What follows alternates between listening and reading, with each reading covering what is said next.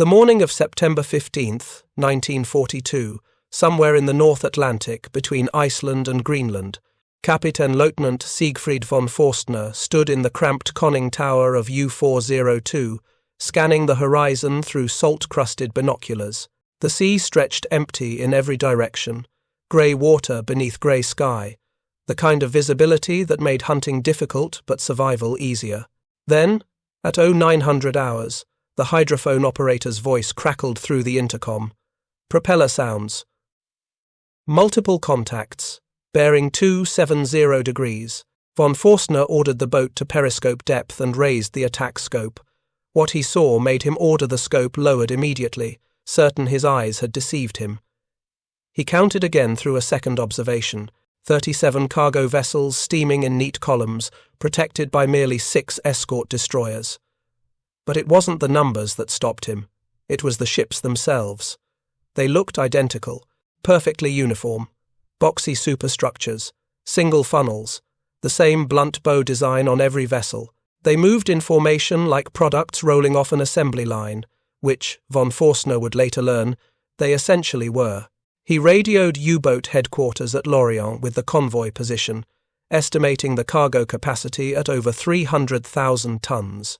But he added a notation that would be dismissed as combat stress or periscope malfunction. The ships appeared mass-produced. Kriegsmarine intelligence had been tracking reports of American shipbuilding for months. When news broke that Henry Kaiser's Richmond Yard had launched a cargo vessel called the Robert E. Peary in just 4 days and 15 hours, German naval analysts laughed. They filed the report under propaganda, alongside other American industrial claims they considered physically impossible. Grand Admiral Dönitz, commander of the U-boat force, had built his entire Atlantic strategy on mathematics that seemed unassailable. His calculation was elegant in its simplicity. Sink cargo ships faster than the Allies could replace them, and Britain would starve into submission within 18 months. The numbers had worked perfectly through 1941 and the first half of 1942. In the first 6 months of 1942 alone, U-boats sent 616 Allied merchant vessels to the bottom, totaling over 3 million tons of shipping. The British were building replacement ships at roughly 100,000 tons per month. The Americans, whose shipbuilding industry Dönitz had studied carefully, were producing approximately 1 million tons annually using traditional methods.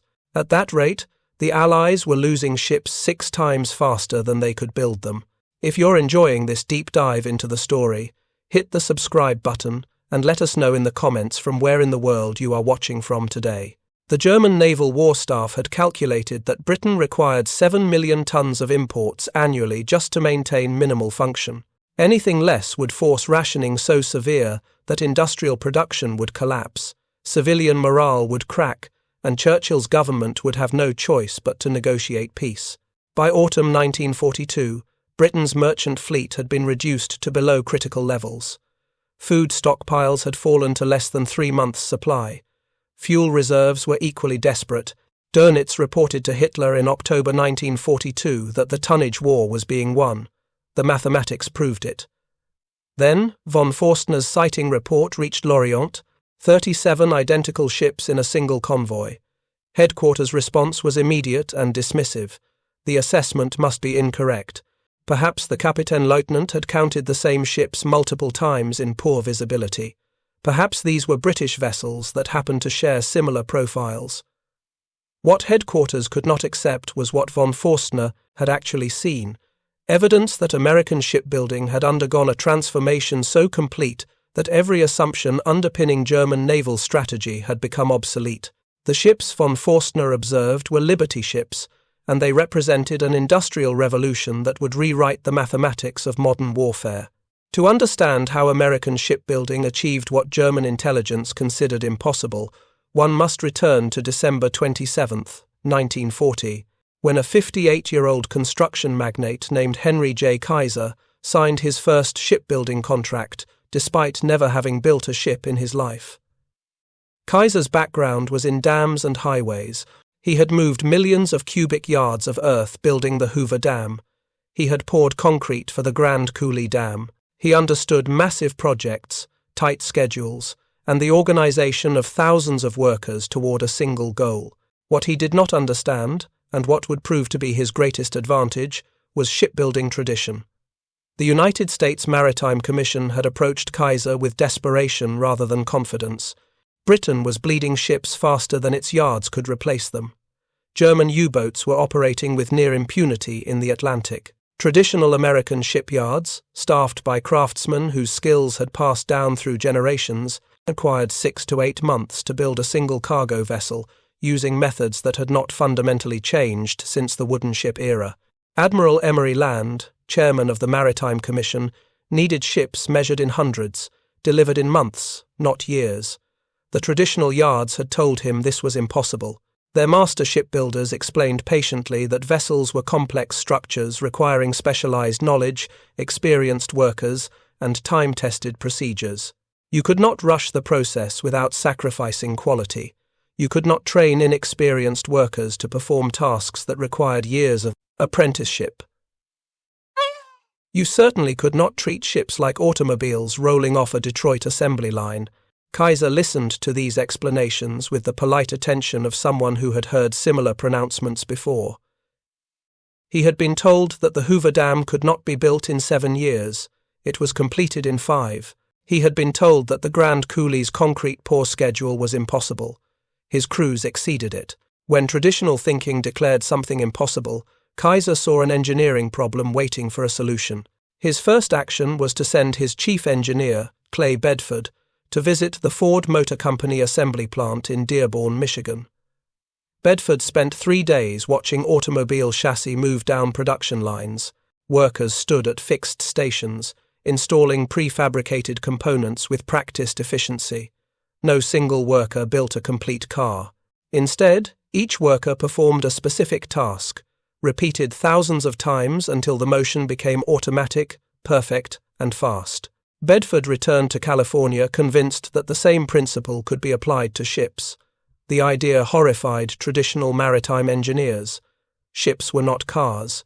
They displaced 14,000 tons fully loaded. They had to withstand the North Atlantic in winter, survive torpedo damage, operate for months without major repairs. Every ship was subtly different, custom-built to account for variations in materials, weather during construction, and the judgment of experienced craftsmen who adjusted their work based on decades of accumulated knowledge. Kaiser's response was to ignore tradition entirely and start from first principles. If you needed to build ships quickly, you broke the vessel into components that could be manufactured simultaneously across multiple facilities, then assembled the pieces like a 3-dimensional puzzle. Traditional shipyards built longitudinally, starting at the keel and working upward through frames, plates, decks, and superstructures. Every step had to wait for the previous step to complete. Kaiser proposed building entire sections in parallel, then joining them together. The proposal faced immediate resistance from every established authority in American maritime construction. William Francis Gibbs, America's most respected naval architect, whose firm had designed the Liberty ship plans based on British specifications, examined Kaiser's approach with barely concealed contempt. Gibbs had spent his career designing elegant vessels where every rivet, every plate, every structural member was carefully calculated and precisely placed. The idea of prefabricating major sections and assembling them like children's blocks violated every principle of proper naval architecture. Vice Admiral Land, despite his desperation for ships, shared the skepticism. His private correspondence from early 1941, preserved in the National Archives, reveals a man caught between necessity and profound doubt. He wrote to the Secretary of the Navy, "Kaiser proposes to build ships using workers who have never seen the ocean, in a yard that does not yet exist, using techniques that maritime engineers consider fundamentally unsound. Yet we have no alternative. The British are losing the Atlantic. If Kaiser fails, we will have wasted time and resources we cannot spare. If traditional yards continue as they are, we will fail more slowly but just as certainly."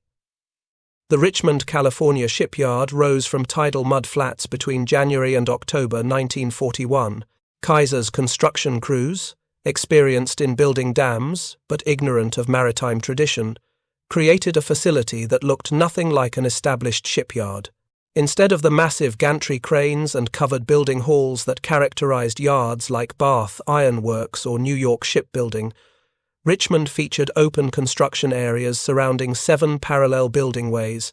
The yard was laid out like a factory floor. Railroad tracks crisscrossed the facility, designed to move steel sections weighing up to 150 tons from prefabrication shops to assembly points. Overhead cranes capable of lifting entire ship sections stood every 100 feet. Welding stations were positioned not for the comfort of the craftsman, but for the efficient flow of materials through the construction sequence. John Riley, Chief Naval Architect for Bethlehem Steel Corporation and a 30-year veteran of traditional shipbuilding, visited Richmond in June 1941. His inspection report, marked confidential and discovered in corporate archives decades later, captured the maritime establishment's horrified fascination. Kaiser has created a facility that violates every principle I learned in 3 decades of experience. His building ways are too short for proper longitudinal construction. His crane capacity is absurdly excessive for traditional methods. His prefabrication areas occupy more space than the actual shipbuilding ways. The entire design assumes a construction approach that experienced maritime engineers consider unworkable. Yet I must acknowledge that if his prefabrication concept functions as designed, this facility will be devastatingly efficient. The arrival of workers provided the next shock to traditional assumptions. Established shipyards recruited from maritime communities where skills passed from father to son.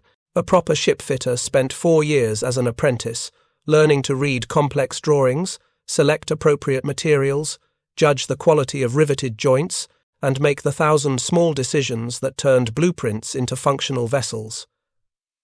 A master riveting crew took a decade to develop the coordination necessary to install 200 rivets per day without error. Kaiser placed advertisements in newspapers across America: shipyard work, no experience necessary, training provided, wages 20% above standard industrial rates. The response overwhelmed Richmond's training facilities. Former secretaries arrived. Farmers appeared, many of whom had never seen the ocean. Housewives showed up, drawn by wages that dwarfed anything available in traditional female employment. Labourers came from dying industries, from closed factories, from anywhere. Opportunity had vanished during the Depression years. The traditional maritime unions watched this influx with alarm. These workers did not understand ships. They had no feeling for the material, no intuition about how vessels moved in the sea, no accumulated wisdom about what worked and what failed. How could an automotive mechanic possibly know the right way to install a bulkhead? How could a former waitress learn in 2 weeks what took an experienced welder 4 years to master? Kaiser's answer was radical in its simplicity. They did not need to know everything. They only needed to know one specific task, which they would perform repeatedly until it became perfect. Traditional welders learned comprehensive skills. Kaiser's training program taught workers how to weld vertical bulkhead seams, period. Nothing else. Those workers would spend their entire employment welding vertical bulkhead seams, becoming faster and more precise than any traditionally trained craftsman who had to master a dozen different welding positions. The training facility at Richmond operated 3 shifts, processing 200 new workers daily. Instructors, many of them traditionally trained craftsmen lured by high wages, taught specific techniques in approximately 2 weeks.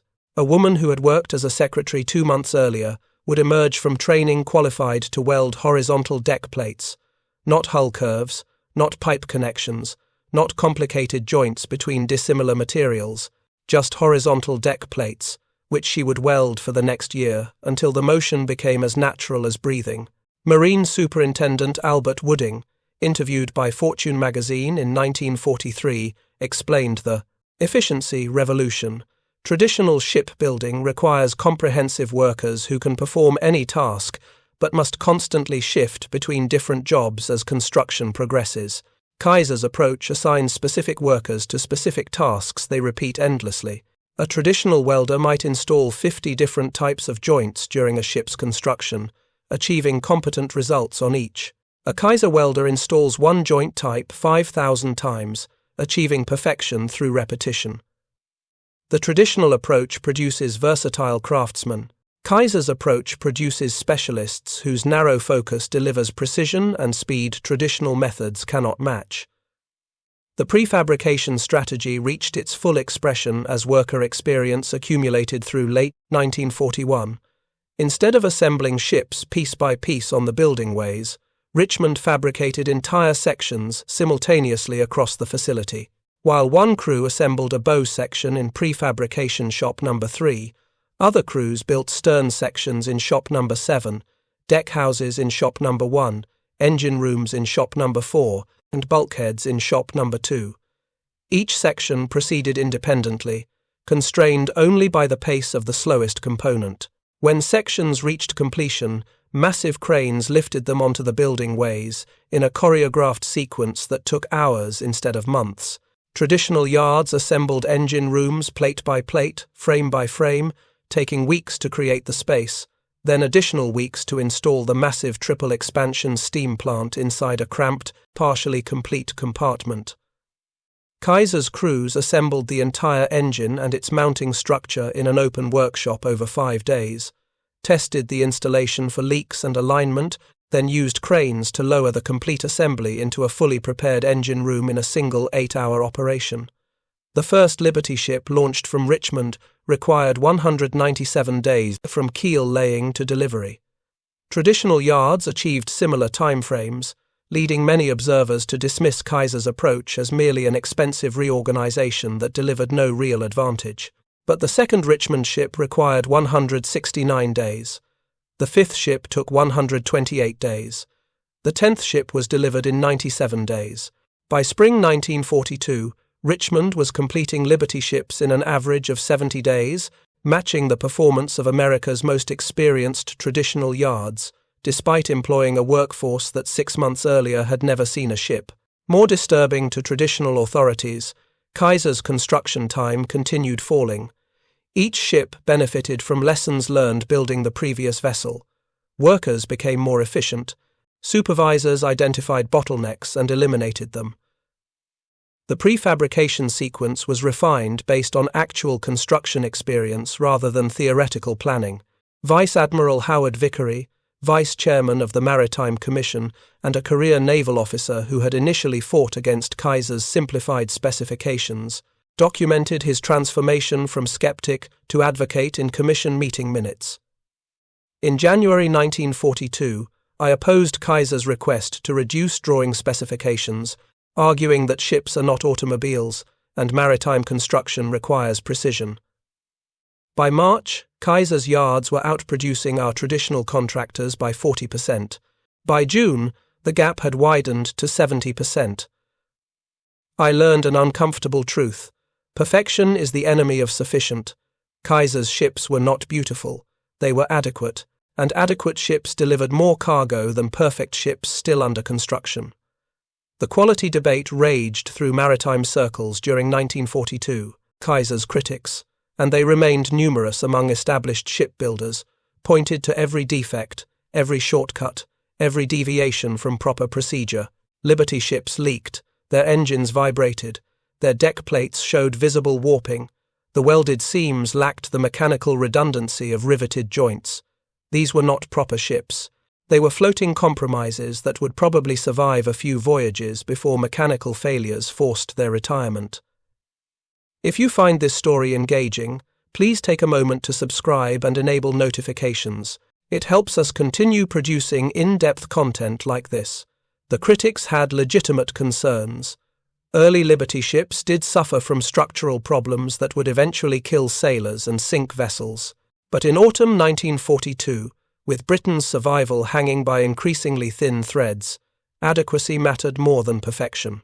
And Kaiser's ships, for all their flaws, floated, carried cargo, and arrived in British ports with desperately needed supplies. The psychological impact on German U-boat commanders began subtly, then accelerated into something approaching disbelief. Kapitänleutnant Werner Henke, commanding U-515, filed a report in November 1942 after attacking convoy HX-217, torpedoed and sank 3 cargo vessels, All three appeared to be new construction, identical design, American-built. Convoy contained at least 20 similar vessels. Intelligence assessment of American production capacity may require revision. Similar reports flooded into Lorient from commanders across the Atlantic. The convoys were getting larger, the cargo ships looked increasingly uniform, and most disturbing, the rate of replacement seemed to be accelerating rather than diminishing despite mounting U-boat successes. Dönitz reviewed the intelligence summaries in December 1942 with growing concern. His staff had compiled reports from 40 different U-boat commanders, all describing convoys filled with identical American cargo vessels. The numbers did not make sense.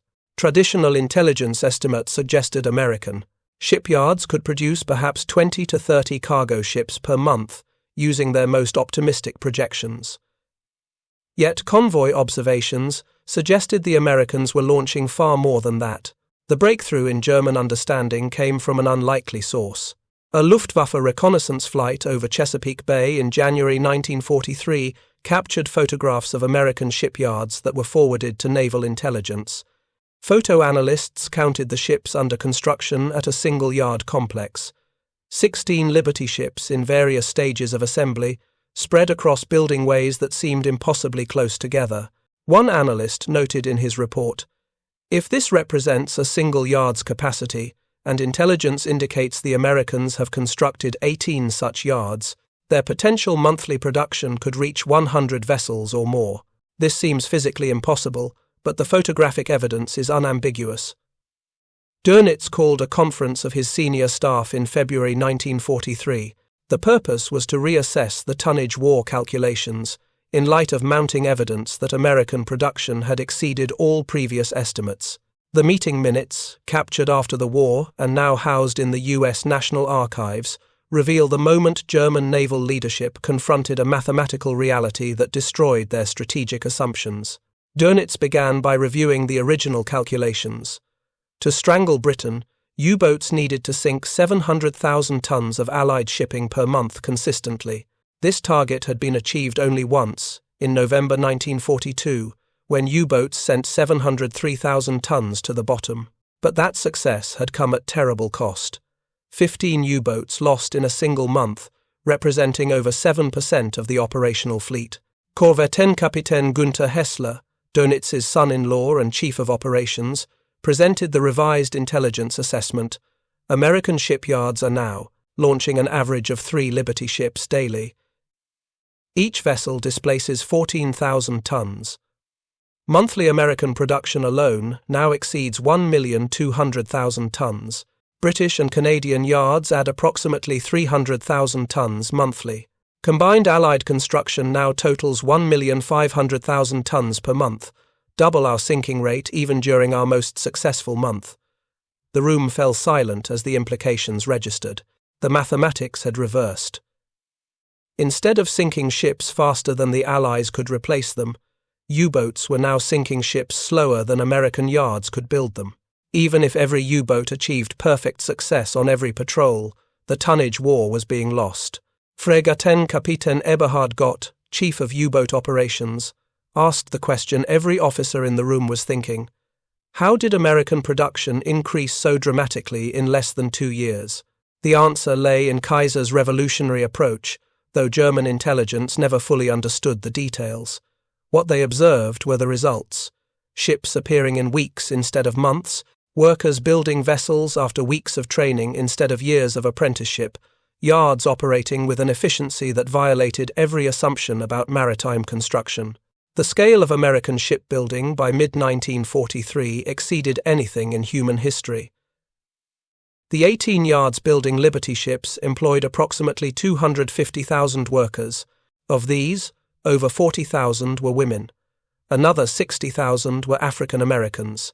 The traditional maritime workforce, drawn from established shipping communities along both coasts, had been overwhelmed by an influx of workers from every corner of American society. At Richmond Yard No. 2 alone, employment peaked at 27,000 workers operating 3 shifts around the clock. The yard consumed 1,000 tons of welding electrodes monthly. Electrical power, demand exceeded that of a city of 50,000 people. Railroad cars delivered steel plates, frames, and fittings in a continuous stream that would have paralyzed a traditional yard's infrastructure. The prefabrication approach had evolved into an industrial ballet of staggering complexity. A single Liberty ship contained approximately 30,000 individual parts manufactured in facilities across 32 states.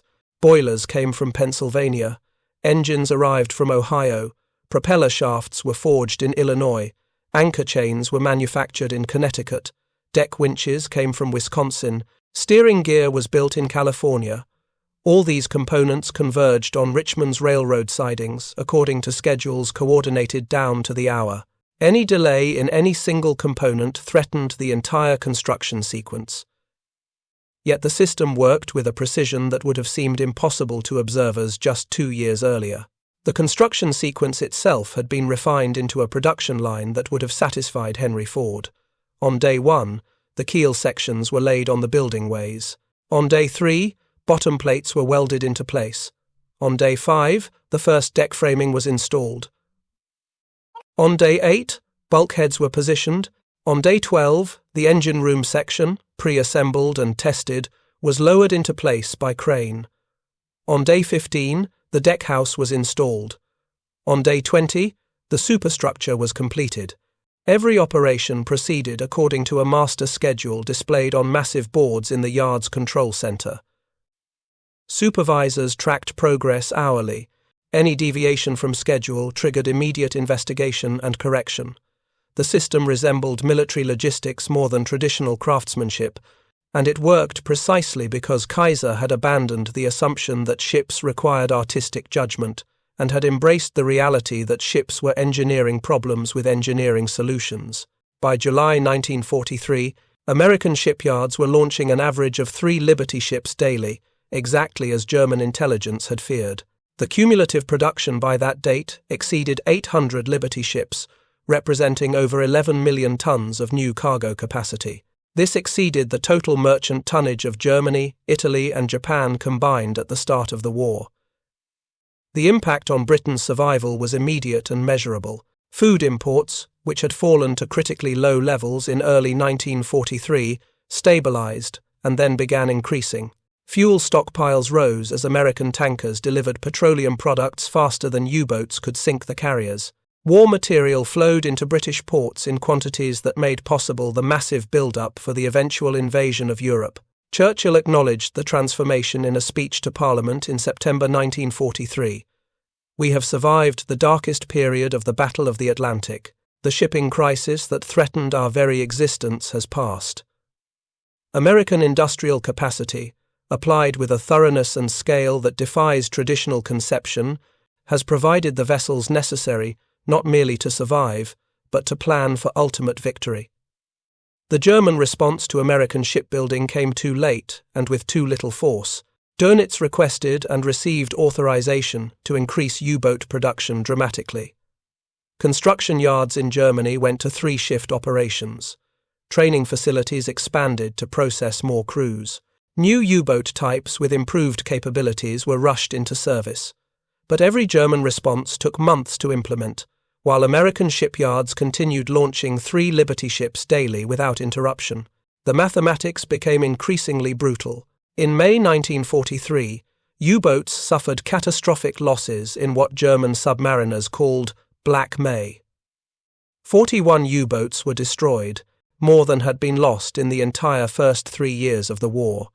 The Allied convoy system, improved radar, long-range patrol aircraft, and escort carriers had combined to make U-boat operations suicidally dangerous. Dönitz temporarily withdrew U-boats from the North Atlantic convoy routes, conceding defeat in the campaign that was supposed to have won the war. When U-boats returned to operations in September 1943, they faced not just improved Allied defences, but an Allied merchant fleet that had actually grown despite 3 years of relentless submarine attacks. The statistical reality of the tonnage war by December 1943 told the story with mathematical finality. German U-boats had sunk approximately 14 million tons of Allied shipping since the war began.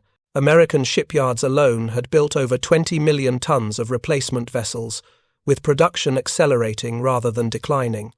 The British and Canadian contribution added another 4 million tons. The Allies had actually increased their merchant fleet size while simultaneously suffering the heaviest shipping losses in history. Von Forstner, the U-boat commander who had first reported seeing mass-produced ships in September 1942, survived the war and was interviewed by American naval historians in 1948. His assessment captured the German perspective on American industrial capacity. "We believed the Americans were wealthy but undisciplined, capable of impressive propaganda, but lacking the organizational efficiency necessary for modern warfare. The Liberty ships proved we were catastrophically wrong. They demonstrated that American industrial capacity, when properly directed, exceeded anything we could match or counter. We were fighting an enemy who could absorb our most successful attacks and respond by simply building more ships than we could sink. That is not a war that can be won through better tactics or braver crews. That is a war lost to mathematics and industrial organization. The Liberty ship program ultimately produced 2,710 vessels between 1941 and 1945. Kaiser's 7 yards alone built 1,490 ships, representing 55% of total production. The average construction time fell to 42 days by 1943. The fastest standard production Liberty ship was delivered in just 16 days from keel laying to launch at Richmond Yard No. 2. But the numbers alone do not capture the revolution the Liberty ship represented. What Kaiser achieved was a fundamental reimagining of how complex manufactured products could be created. He proved that traditional craftsmanship, while valuable, was not necessary for adequate products. He demonstrated that workers could be trained to high proficiency in specific tasks within weeks. He showed that prefabrication and parallel production could accelerate manufacturing beyond what sequential construction could ever achieve. The impact extended far beyond World War II. When Japan and South Korea rebuilt their maritime industries in the 1950s and 60s, they studied Kaiser's Liberty ship program as the foundation text for modern shipbuilding. The massive shipyards at Ulsan, South Korea, and Nagasaki, Japan, that would dominate world merchant shipping for decades, were direct descendants of Richmond's revolutionary practices. The modular construction Kaiser pioneered became standard practice not just in shipbuilding, but in aircraft manufacturing, automotive production, and construction industries worldwide. The principle that complex products could be broken into sub-assemblies manufactured in parallel, then integrated rapidly, became fundamental to modern manufacturing logistics. The welding techniques refined under wartime pressure replaced riveting as the standard joining method for steel structures. The stress relief procedures developed to prevent Liberty ship cracking became standard practice in pressure vessel manufacturing, pipeline construction, and structural steel fabrication. Modern building codes for welded steel structures trace their lineage directly to lessons learned building Liberty ships. Perhaps most significantly, Kaiser proved that industrial capacity was not fixed but could be created rapidly when necessity demanded it. The United States entered World War II with minimal merchant shipbuilding capability. Within 24 months, American yards were producing more tonnage than the rest of the world combined. This demonstrated that perceived limitations on industrial capacity often reflected organizational and conceptual constraints rather than physical impossibilities. The German dismissal of American production reports as propaganda proved to be a strategic blindness that contributed significantly to their defeat. They assumed that traditional methods represented the limits of possibility. They believed that craftsmanship could not be replaced by systematized production. They calculated their tonnage war strategy based on shipbuilding rates that reflected 19th century assumptions about maritime construction.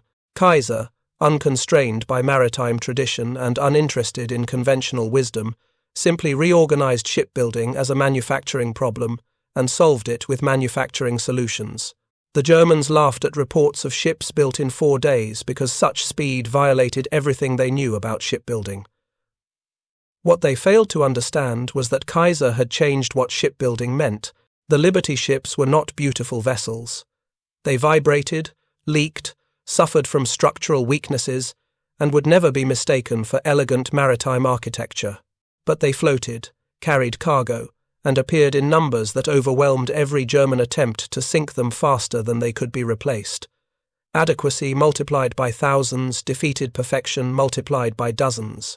Admiral Chester Nimitz, commander of the Pacific Fleet, reflected on American maritime production in his post-war memoir published in 1960. "We fought across 5,000 miles of Pacific Ocean, supplied by ships built faster than the enemy could sink them. Japan's military planners, like their German allies, assumed American industrial capacity was impressive but finite. They believed that if they sank enough ships, eventually American logistics would collapse and we would be forced to negotiate." They failed to account for Henry Kaiser. By 1944, we were replacing shipping losses faster than they could inflict them. Industrial capacity, not martial valor, determined the outcome. The story of how German confidence in the tonnage war collapsed under the weight of 2,700 Liberty ships is ultimately a story about the danger of assumptions. The Germans assumed traditional shipbuilding methods represented the limits of possibility. They assumed that workers needed years of training to build proper vessels. They assumed that American industrial capacity, while impressive in peacetime, could not be rapidly redirected to maritime construction. Every assumption proved wrong. Kaiser demonstrated that tradition often represented limitation rather than wisdom. He showed that workers given adequate training in specific tasks could match or exceed the performance of traditionally trained craftsmen. He proved that American industrial capacity, when properly organized around clear goals and freed from conventional constraints, could achieve results that seemed impossible to observers trapped in traditional thinking. The Liberty ships crossing the Atlantic in ever-increasing numbers after mid-1943 carried more than war supplies. They carried proof that the mathematical basis of German naval strategy had been obsolete before the first U-boat sailed. They demonstrated that industrial wars were won by the side that could organize production most efficiently, not by the side with most experienced craftsmen or the longest maritime tradition. Von Forstner's initial sighting report in September 1942, dismissed as impossible by Kriegsmarine headquarters, had been accurate in every detail. The Americans were mass-producing ships. They were launching them faster than traditional methods allowed. They were filling convoys with identical vessels built by workers who had never seen the ocean before their training began. The German laughter at American production claims lasted until approximately March 1943, when the statistical evidence became undeniable. After that came silence. Then, gradually, a growing recognition that the war was being lost, not in dramatic battles, but in the mundane arithmetic of shipyard production schedules. Kaiser's greatest achievement was not the 1,490 ships his yards produced. It was the transformation of what industries believed possible. He proved that revolutionary improvement required revolutionary approaches, that conventional wisdom could be questioned and replaced, and that human potential exceeded conventional expectations when properly organized and challenged. Thank you for watching. For more detailed historical breakdowns, check out the other videos on your screen now and don't forget to subscribe.